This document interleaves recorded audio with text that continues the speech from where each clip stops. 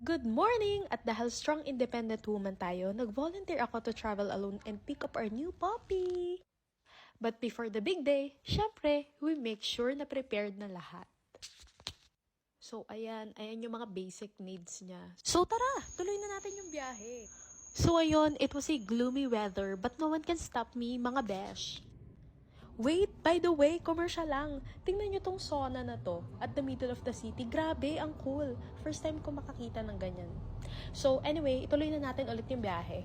So, ayan, para magsa-sunny day na ulit. Grabe talaga daw yung biyahe ko. Makuha lang yung aso. I passed river, field, forest, and mountain. And finally, I'm here! Grabe, ang kiki talaga ng care terrier design nila. Pero wait, count the money muna. Baka mapahiya tayo sa breeder. At wag nyo nang itanong kung magkano. Diyos ko, day.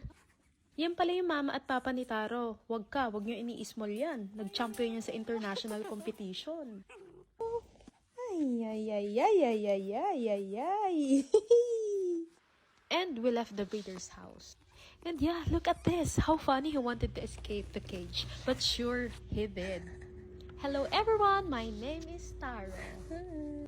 At nagutom na nga si Ating. And it started to rain again. And his daddy picked up us.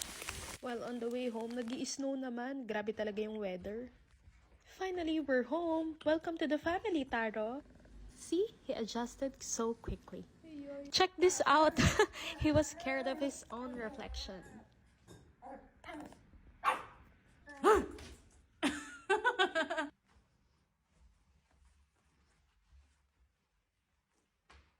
Taro ko? Come.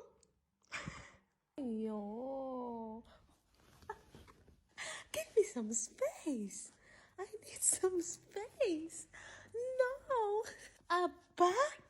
Taro, stop. Good night, everyone.